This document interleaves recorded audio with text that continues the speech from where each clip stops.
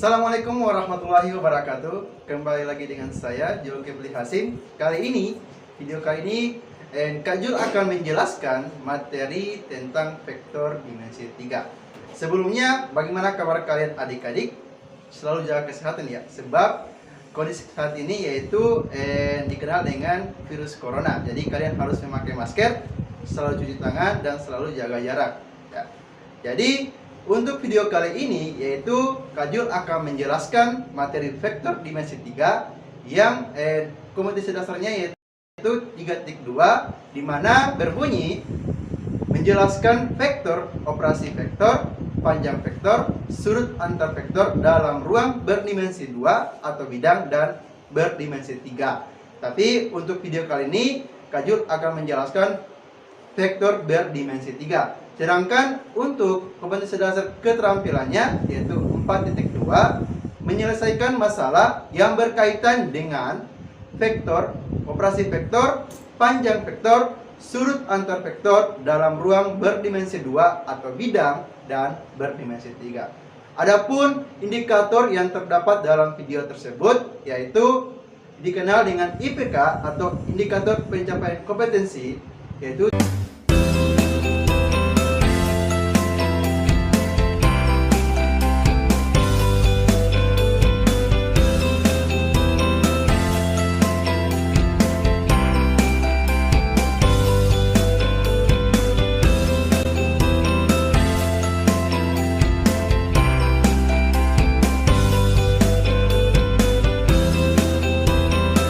untuk aplikasi vektor berdimensi 3 yaitu dalam kehidupan sehari-hari, yaitu kita ambil dalam contohnya dalam dunia penerbangan, di mana terdapat pesawat-pesawat atau maskapai yang ada di Indonesia. Contohnya yaitu Garuda Indonesia, Lion Air, dan lain sebagainya. Dan pada video kali ini Kak Jul akan menerapkan dalam kehidupan sehari-hari yaitu dalam maskapai penerbangan di Garuda Indonesia.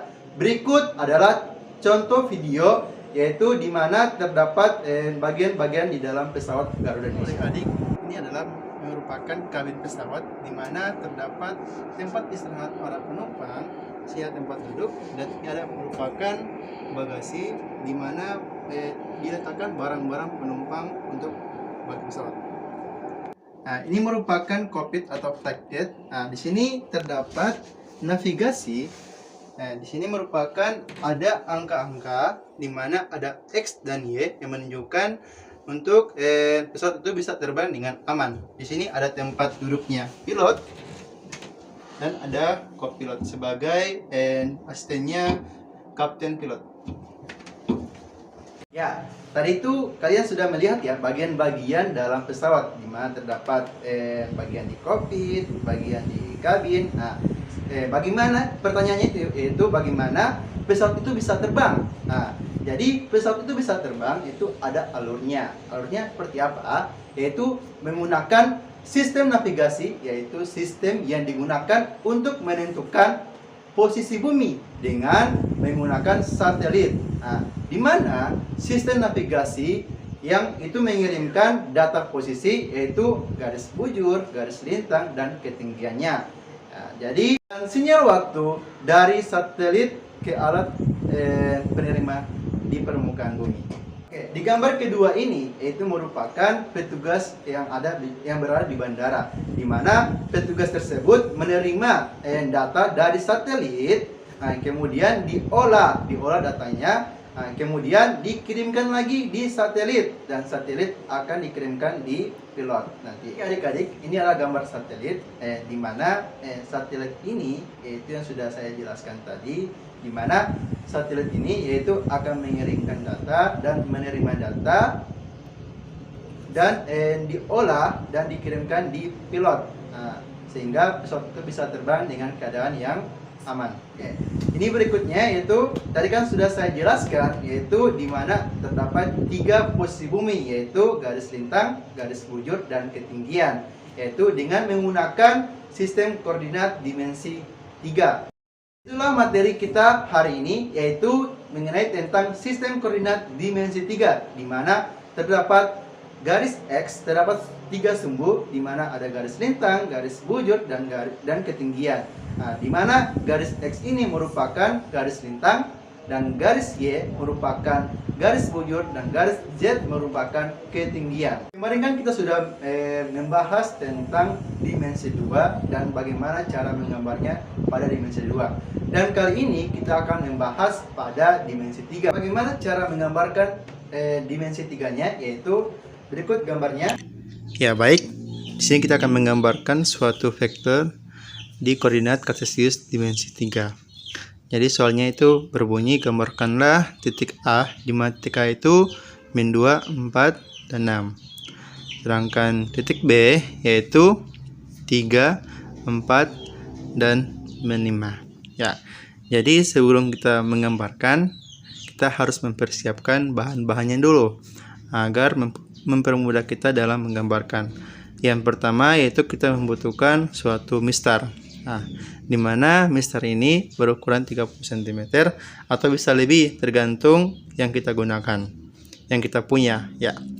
Yang kedua yaitu kita membutuhkan suatu spidol dalam menggambarkan titik-titik vektornya. Nah, jadi mempermudah kita dalam menggambarkan. Nah, di sini kita mempunyai 3 spidol.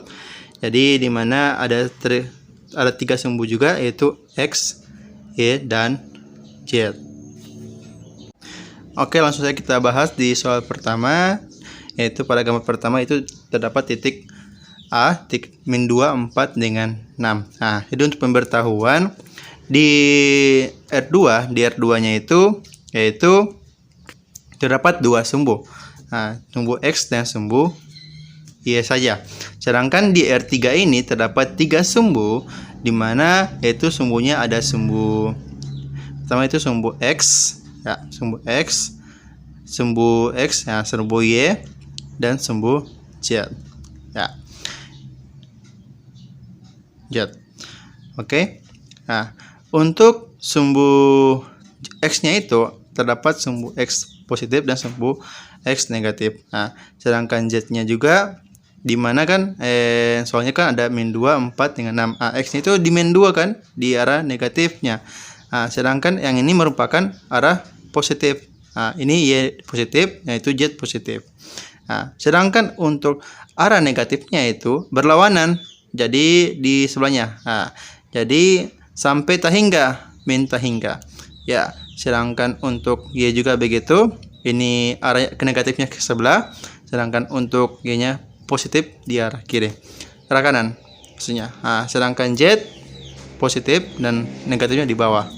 Itu merupakan sumbu Z positif, X positif, dan Y positif. Ya, jadi kan A kan min 2. Min 2 di X-nya. Jadi min 2-nya kan di sebelah, berlawanan dengan positifnya. Jadi kita garis berarah dengan Z dulu, arah dengan Z dulu. Titik X-nya itu searah dengan garis Z. Garis, ya. Nah, kita sesuaikan, ya. Jadi kita searah dengan sumbu Z-nya untuk min 2 di X. Terserah sampai di mana garisnya. Yang penting searah dengan sumbu Z.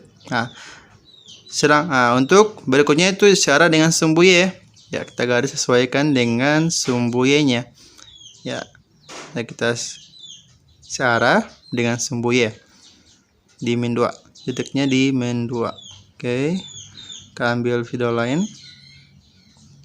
Oke. Ya. Jadi garisnya itu terserah sama kalian.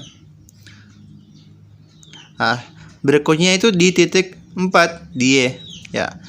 Titik 4 di Y, di sumbu Y, ya. Titik 4 di sumbu Y. Jadi kita searah dengan sumbu Z, dibuatkan seperti yang sebelumnya di X, ya. Jadi kita searah dulu dengan sumbu X, ya.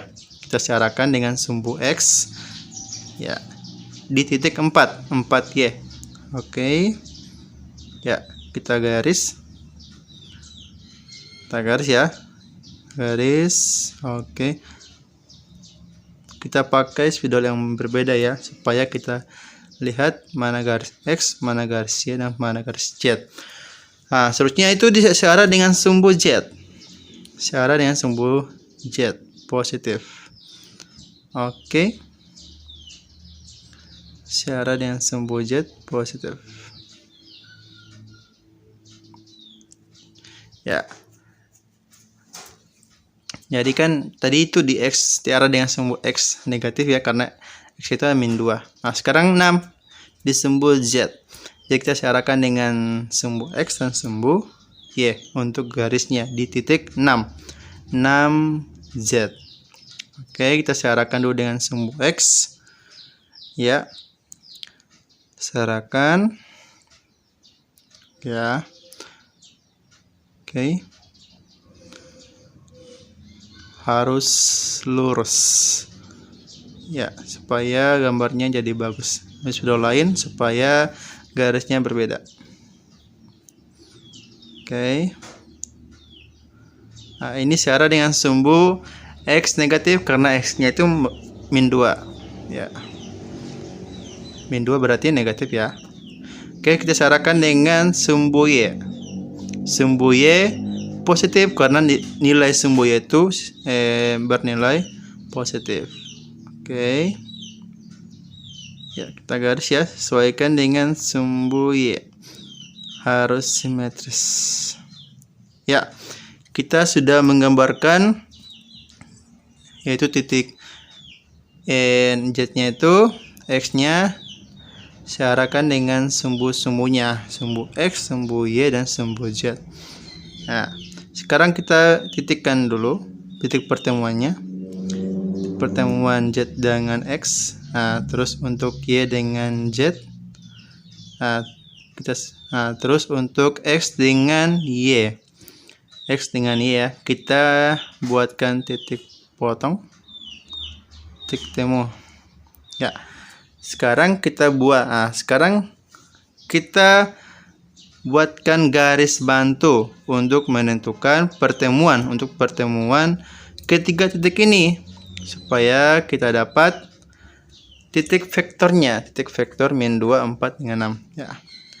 Jadi kita buatkan garis bantu ya.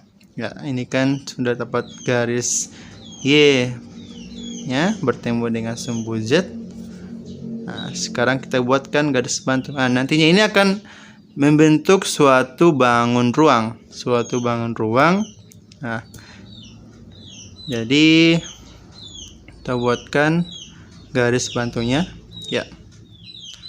Kita ambil pertemuan titik dengan X dan Y. Ini garis bantu sejajar dengan sumbu Z. Harus sejajar dengan sumbu Z. Karena Z-nya itu tidak bertemu di situ. Ya, garis ya. Kita buatkan garis bantu. Ya. Nah. Jadi kita buatkan pertemuan titiknya. Nah, ini pada pertemuan titik X dengan Y. Nah, kita buatkan. Nah, jadi ini titik Y, Z dengan X kita pertemukan dengan garis bantunya. Ya, jadi kita buatkan garis bantu dulu untuk pertemuan titiknya. Nantinya akan terbentuk suatu bangun ruang, yaitu pertemuan titik Z dengan X, terus untuk X dengan Y dipertemukan. Nah, ini sudah terbentuk suatu, nanti dihapus saja. Nah, nantinya ini sudah dihapus karena kita sudah dapat titik-titik pertemuan vektornya. Ya. Jadi ini terbentuk suatu bangun ruang kubus. Ya. Dimana untuk titik vektornya, titik vektor yang asli, dimana dipertemukan ketiga titik ini, dimana titik X, Y, dan Z. Ya. Dari titik 0, titik asal, titik 0,0,0. Sini titik 4 untuk sumbu Y. Nah, kita buatkan titik ya, A, B, C, Ya. D E F G. Oke. Oke, kita sudah buatkan titik-titiknya. Nah, nanti titik F ini merupakan titik pertemuan ketiga vektor ini, itu titik A, di mana terdapat min 2, 4 dengan 6. Itu merupakan suatu pertemuan titik vektor X, Y, dan Z, di mana titik A itu merupakan titik min 2, 4 dengan 6. Itu merupakan suatu posisi vektor A. Nah, jadi itu merupakan cara menggambarkan suatu vektor dalam koordinat kartesius dimensi 3. Ya. Nanti untuk soal berikutnya, di soal kedua ini, soal bagian B, nanti kalian kerjakan sendiri. Caranya sama dengan bagian A. Nah, cuma bagian A, cuman bedanya nih kan di sini di A itu kan ada negatifnya, sedangkan di B-nya kan tidak ada, cuma negatifnya di Z. Nah, jadi kebalikan. Ya, oke, itu cara untuk menggambarkan suatu vektor dimensi 3. Ya, setelah kita mengetahui bagaimana cara menggambarkannya di dimensi 3-nya, maka terdapat kita akan menentukan bagian-bagian dalam vektor, di mana terdapat vektor basis, satuan panjang vektor, satuan vektor, dan posisi vektor. Vektor basis kita dapat menentukannya dengan cara seperti ini, sama dengan halnya dengan dimensi 2, rumusnya yaitu seperti ini. Vektor basis. Bagaimana itu vektor basis di ruang dimensi 3? Nah, kita lihat vektor-vektor kolom I, J, K. Jadi vektor-vektor kolom I, J, dan K adalah vektor-vektor basis pada arah sumbu positif X, Y, dan Z, di mana X, Y, dan Z itu adalah komponen-komponen vektorial sepadan dengan koordinat titik P. Jika vektor OP adalah wakil dari vektor P, dapat dinyatakan dalam basis IJK sebagai vektor OP sama dengan XI ditambah YJ ditambah ZK. Nah, seperti ini gambarnya. Jadi kita gambarkan titik di sini, titik P itu adalah X, Y, Z. Berarti ke arah depan itu X, ke kanan itu Y, ke atas itu Z. Jadi itu adalah vektor basis. Jadi misalnya vektor, kita lihat misalnya ada vektor P sama dengan misalnya ini 1, 2, 3. Jadi kalau ditulis dalam bentuk IJK, ini sama saja dengan 1I atau I ditambah 2J ditambah 3K. Misalnya vektor Q sama dengan 3, 4, 0, atau sama dengan ini menjadi 3I tambah 4J ditambah 0K, atau sama saja dengan 3I tambah 4J. Itu salah satu contoh. Untuk besar dan panjang vektornya juga sama dengan dimensi 2, tapi rumusnya ditambahkan dengan sumbu Z. Rumusnya panjang vektor. Nah, kita lihat lagi, jika titik P, X, Y, Z adalah titik di bidang R pangkat 3. R pangkat 3 yaitu kalau X, Y, Z. Kalau R pangkat 2 itu tinggal X, Y. Maka titik P ditentukan oleh vektor posisi OP yang mewakili vektor P, yaitu X, Y, Z. Sehingga panjang vektor OP adalah vektor P. Ditulis seperti ini, panjang P, ini simbol panjang atau panjang P. Jadi ini simbol panjang OP atau vektor P ditentukan oleh rumus panjang OP atau panjang P sama dengan akar X kuadrat tambah Y kuadrat tambah Z pangkat 2. Jadi ini rumus mencari besar atau panjang sebuah vektor di bidang R pangkat 3. Nah, kita lihat contohnya. Nah, seperti ini. Tentukan panjang vektor berikut. Bagian A 2i tambah 3j tambah 6k. Nah, misalnya ini kita jawab yang bagian A dulu. Jadi ini vektor A sama dengan 2i tambah 3j tambah 6k. Di bagian A itu adalah vektor A sama dengan 2i tambah 3j tambah 6k. Atau kalau ditulis dalam bentuk kolom 2, 3, 6. Berarti X-nya 2, Y-nya 3, Z-nya 6. Sehingga panjang A sama dengan akar 2 pangkat 2 ditambah 3 pangkat 2 ditambah 6 pangkat 2. Jadi sama dengan akar 2 pangkat 2 4 ditambah 3 pangkat 2 9 ditambah 6 pangkat 2 36 sama dengan akar 4 tambah 9 13 ditambah 36 49. Akar 49 sama dengan 7. Jadi panjang vektor A sama dengan 7.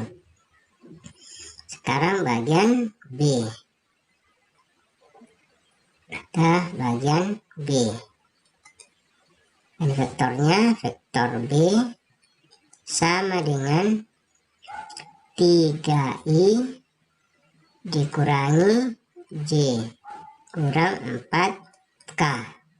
Atau 3 ini negatif 1 negatif 4. Jadi panjang B sama dengan akar 3 pangkat 2 ditambah negatif 1 pangkat 2 ditambah negatif 4 pangkat 2 sama dengan 3 pangkat 2 9 negatif 1 pangkat 2 1 negatif 4 pangkat 2 16. Jadi sama dengan akar 9 tambah 1 10 tambah 16 26. Jadi panjang D adalah akar 26. Sekarang bagian C. Nah, untuk mencari panjang A tambah B, ini panjang A tambah B, kita cari dulu vektor A tambah B. Berarti ini kan vektor A ditambah vektor B sama dengan vektor A nya tadi ini 2 3 6 ditambah vektor B nya 3 negatif 1 4. Panjang A tambah panjang B, jadi ini panjang A tambah B, jadi bukan panjang A tambah panjang B. Panjang A tambah B sama dengan akar masing-masing ini, kita cari panjang yang ini, bukan dicari satu-satu. Berarti 5 pangkat 2 ditambah 2 pangkat 2 ditambah 2 pangkat 2 sama ini 5 pangkat 2 25 ditambah 4 ditambah 4, jadi sama dengan akar 25 tambah 4 itu adalah 29 tambah 4 lagi berarti 33. Jadi panjang A tambah B sama dengan akar 33. Kita lanjut ke soal bagian D. Vektor A kurang vektor B sama dengan vektor A nya tadi 2 3 6 2 3 6 kurang 3 negatif 1 negatif 4. Jadi sama dengan 2 kurang 3 negatif 1, 3 kurang 1 menjadi 4, 6 kurang 4 menjadi 1. Nah, sehingga panjang A kurang B sama dengan akar min 1 pangkat 2 ditambah 4 pangkat 2 ditambah 10 pangkat 2 sama dengan akar min 1 pangkat 2 1 ditambah 4 pangkat 2 16 ditambah 10 pangkat 2 100 sama dengan akar 117 atau akar 9 dikali 13. Akar 9 adalah 3 akar 13. Jadi panjang A kurang B sama dengan 3 akar 13. Jadi itulah contoh panjang vektor. Oke, adik-adik, terima kasih telah menonton video kali ini. Jangan lupa di like, di subscribe, dan di komen. Nah, dan jangan lupa dituliskan hal-hal yang penting dalam video kali ini supaya materinya bermanfaat dalam kehidupan sehari-hari. Terima kasih. Assalamualaikum warahmatullahi wabarakatuh.